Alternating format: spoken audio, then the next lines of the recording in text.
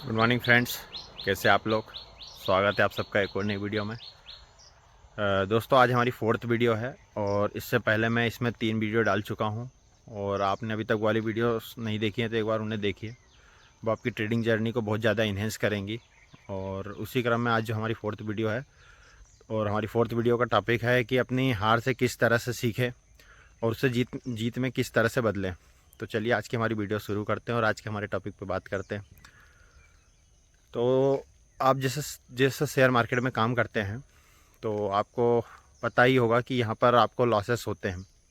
और कितने ही बड़े से बड़े ट्रेडर को आप देख लीजिए, यदि वो 10 ट्रेड करता है तो 10 की 10 ट्रेड कभी भी उसकी डायरेक्शन के में नहीं जाएंगी।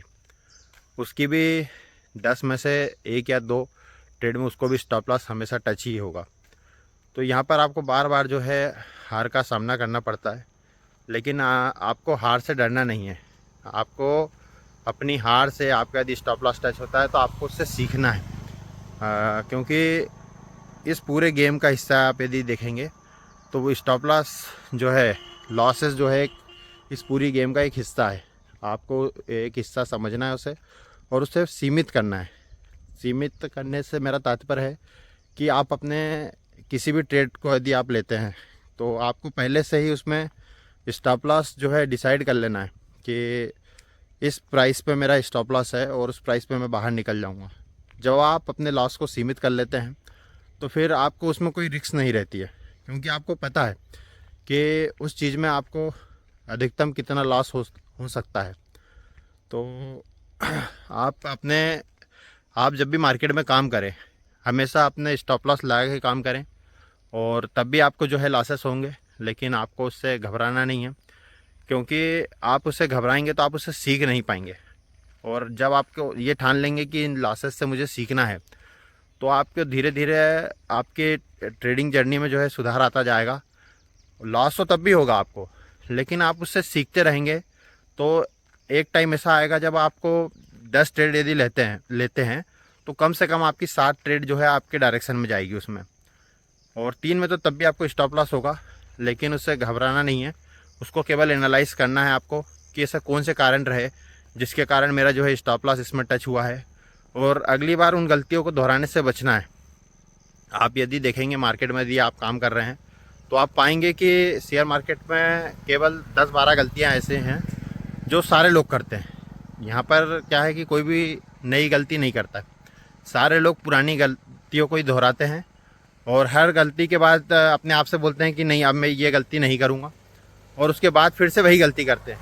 क्योंकि मार्केट का एक तरीका है और अपना स्वयं का एक तरीका होता है, और वो अपनी जो नेचर है वो बार बार अपने आड़े आ जाती है और हमसे बार बार वो गलतियां करवाती है। हम जैसे सोचते हैं कि अब हम वो, जैसे किसी शेयर में आपने ट्रेड करी है और आपने सोचा है कि नहीं, इस बार तो मैं पक्का जो है अपने स्टॉप लॉस पे निकलूँगा और या फिर अपने टारगेट जब हिट करेगा तब मैं इस ट्रेड से बाहर निकलूँगा।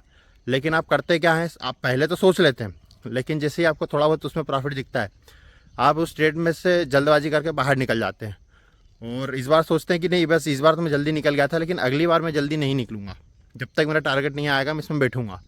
और अगली बार फिर वही होता है, आपको थोड़ा बहुत उसमें प्रॉफिट दिखता है और आप जो है उसको होल्ड नहीं कर पाते हैं और उस ट्रेड से बाहर निकल जाते हैं। तो ये गलती आप बार बार स्वयं से बोलेंगे कि मैं अगली बार नहीं दोहराऊंगा और आप बार बार उसको दोहराएंगे। तो आपको इन चीज़ों से बचना है, आपको गलतियां दोहराना नहीं है, गलतियों से सीखना है। हार सबको होती है, स्टार्टिंग फेज़ में कुछ ज़्यादा हार का सामना बार बार आपको करना पड़ेगा, तो आप उससे सीमित कर दीजिए, अपनी क्वांटिटी कम करिए। आपको यदि स्टॉप लॉस लेने से डर लगता है तो आप अपनी क्वांटिटी बहुत ज़्यादा कम कर दीजिए, क्योंकि स्टॉप लॉस लेने से आपको तभी डर लगेगा जब आपकी बहुत ज़्यादा क्वांटिटी होगी। आपके आपके लेवल से यदि आपकी पोजीशन साइज़ ज़्यादा है तो आप कभी भी लॉस तक होल्ड नहीं कर पाएंगे, क्योंकि आपको जब बहुत ज़्यादा अमाउंट में लॉस दिखेगा तो आप घबरा कर, पैनिक में आकर अपनी पोजीशन को जो है कट कर देंगे और पता चलेगा कि शेयर आपके स्टॉप लॉस को टच भी नहीं करेगा और वहीं से वापस घूमकर ऊपर आकर आपके टारगेट को टच कर देगा। तो इसका इकलौता तरीका है कि आप जो है अपनी क्वांटिटी को कम रखें शुरुआती फेज़ में। जब आप सीख रहे हैं तो क्वांटिटी को सीमित कर लें और अपने प्रॉपर स्टॉप लॉस रखें, प्रॉपर टारगेट सेट करके रखें, गलतियों और भी जो गलतियाँ होती हैं उनको दोहराने से बचें। अपनी गलतियों को हर ट्रेड के बाद अपनी गलतियों को नोट करें और कोशिश करें कि अगली बार जब आप ट्रेड करें तो उन गलतियों को ना दोहराएं।